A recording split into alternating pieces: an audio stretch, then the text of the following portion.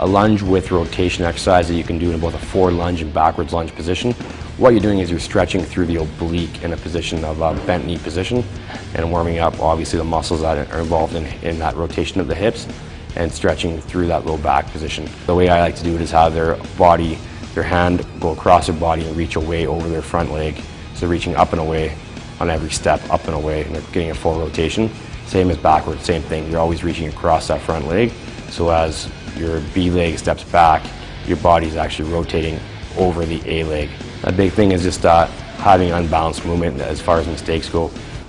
You'll see the athlete reach to the wrong side, and you want to make sure that your athlete keeps their hips square. They're on the ball, that back foot, their weight's evenly dispensed over the midline of the body, and they're rotating without having their hips open up more than they need to.